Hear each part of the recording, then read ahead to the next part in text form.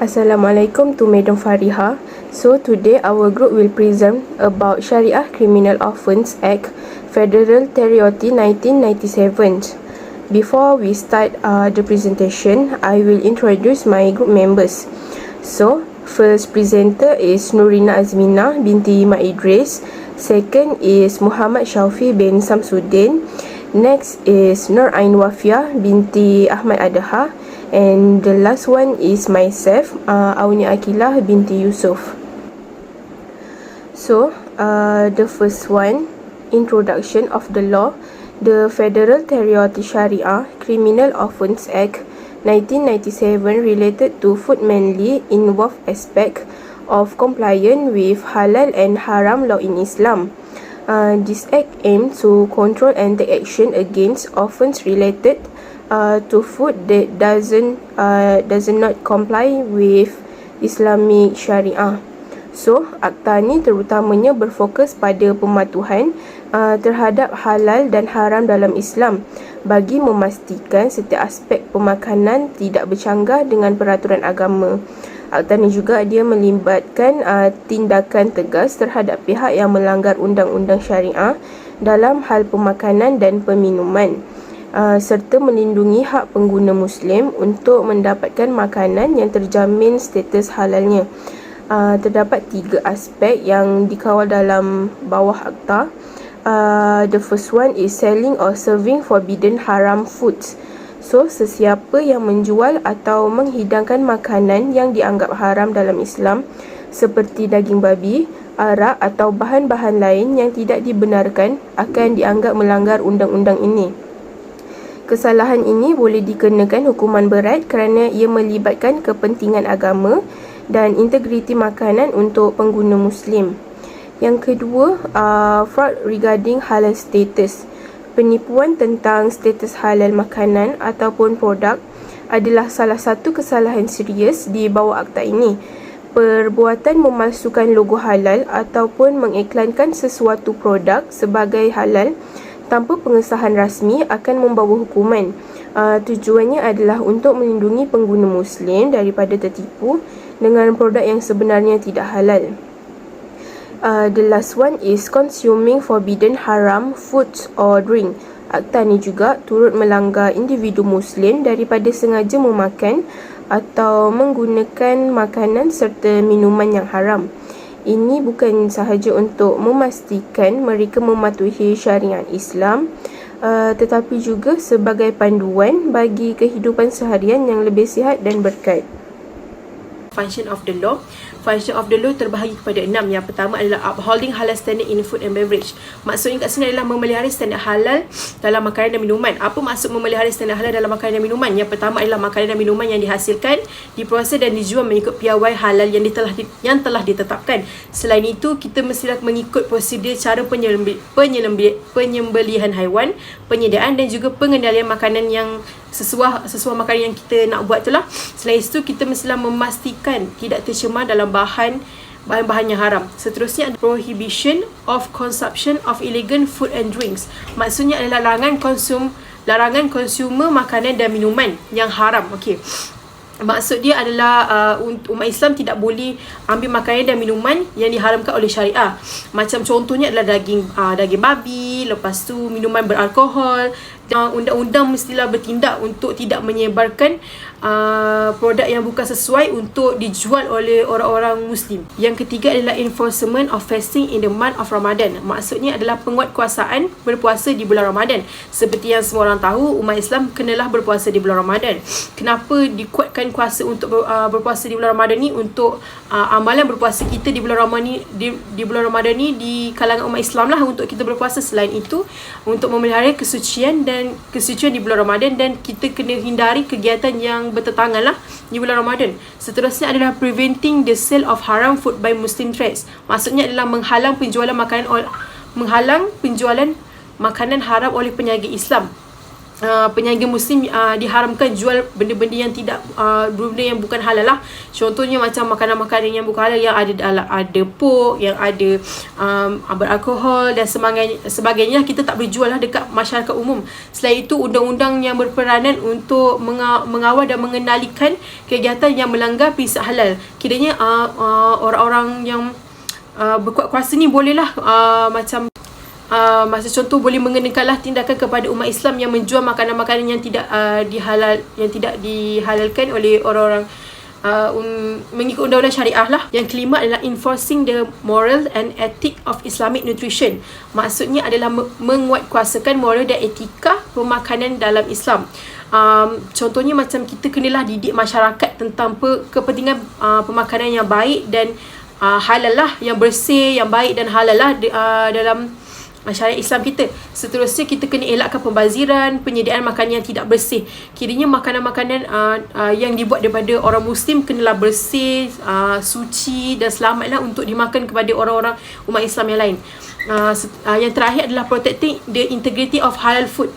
Melindungi integriti makanan halal. Maksudnya kita mestilah memastikan produk halal yang tidak tercemar daripada apa-apalah, macam contoh daripada macam benda-benda serangga ke, benda-benda serangga yang ada dekat dalam kita punya tempatnya pengendalian makanan ke apa. So kita kena bersih, sentiasa bersih, dan juga selamatlah makanan itu untuk orang makan. Selain itu, kualiti halal yang kena ada itu macam kualiti halal tu mestilah kena ada, dan kita tak boleh cemarkan makanan-makanan dan kita campur adukkan bahan-bahan yang tidak halal.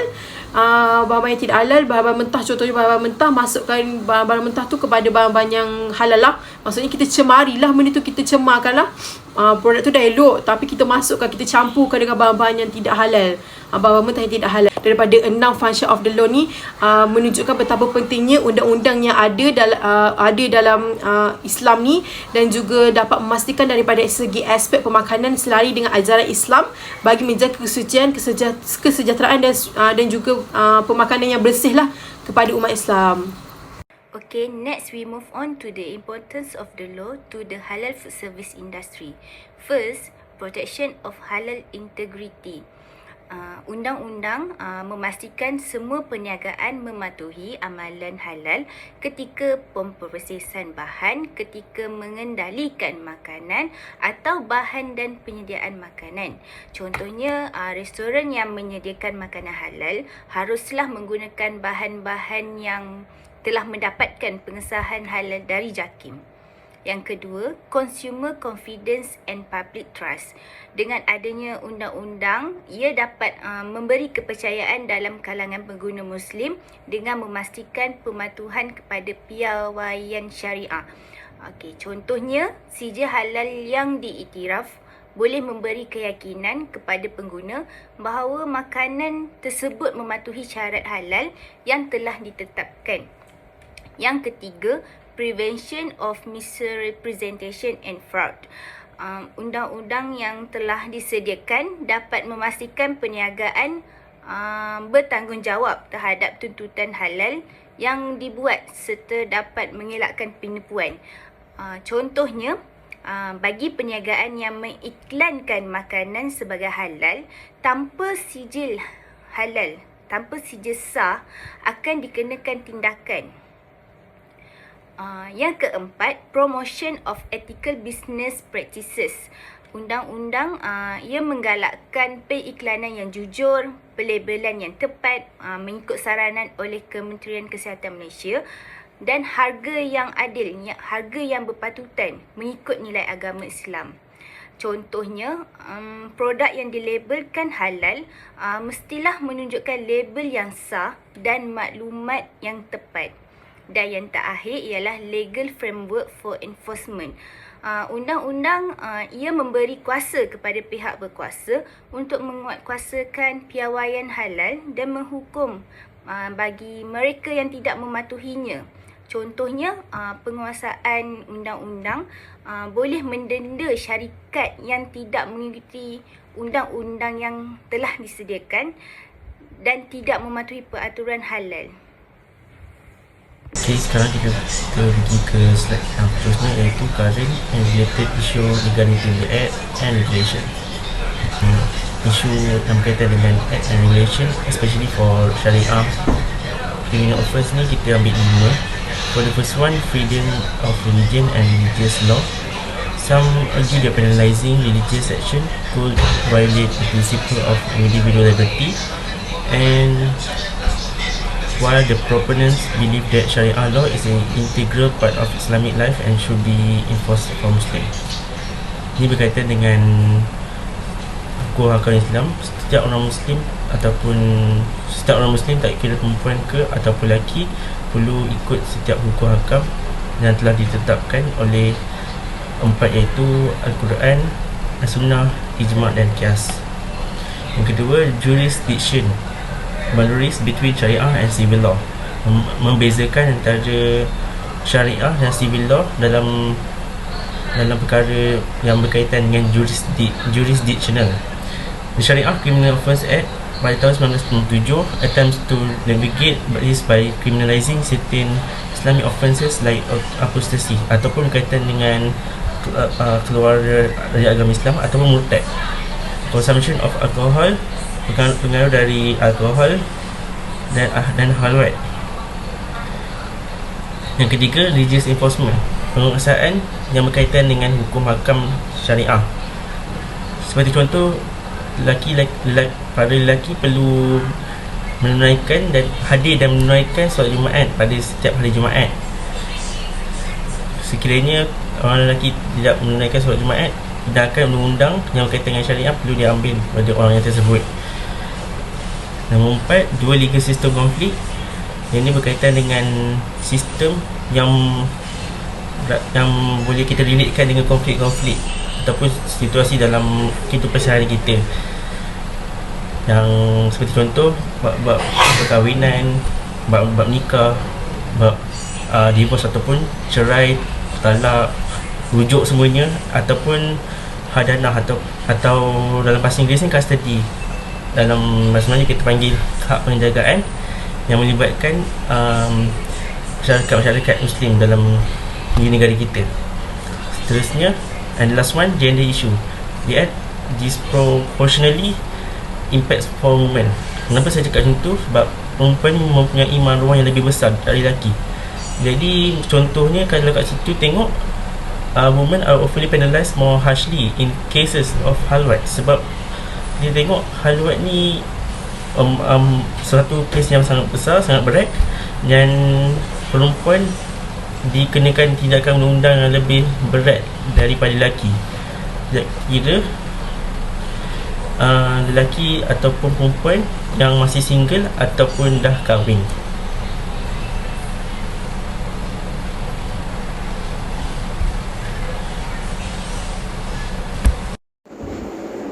So for the last part, conclusion, the Sharia Criminal Offence Act of the Federal Territories 1997 regulates from food-related offences, ensuring compliance with halal and haram principle. It protects Muslims from consuming or being involved in the sale and preparation of food that is against Islamic teachings. Next, the Act addresses offences such as selling, serving or consuming haram food and fraud related to halal certification. By enforcing this law, it upholds the integrity of halal food standard. The last one is the Act maintain trust among Muslims regarding the proper adherence to Sharia in food preparation and sales. So, Akta Kesalahan Jenayah Syariah Wilayah Persekutuan 1997 memainkan peranan dalam memastikan pematuhan terhadap prinsip halal dan haram dalam pemakanan, sekaligus melindungi pengguna Muslim daripada terlibat dalam aktiviti yang bercanggah dengan ajaran Islam. Melalui penguatkuasaan tegas terhadap penjualan, penyediaan dan penggunaan makanan haram serta penipuan status halal, Akta ini memastikan integriti standard, makanan halal terjaga dan memberi keyakinan kepada masyarakat Muslim mengenai status makanan yang mereka konsum. Selain melindungi hak pengguna, Akta ini juga memupuk kepercayaan terhadap sistem pengeluaran makanan yang mematuhi syariah, sekaligus memelihara keharmonian sosial dan meningkatkan imej negara sebagai pengeluar makanan halal yang diyakini. Akhirnya, Akta ni juga dapat memberi manfaat makanan bukan sahaja kepada pengguna Muslim tetapi juga kepada industri makanan halal dalam jangka masa yang panjang dengan membuka peluang bagi produk halal Malaysia di pasaran antarabangsa. Itu sahaja daripada kumpulan kami. Terima kasih.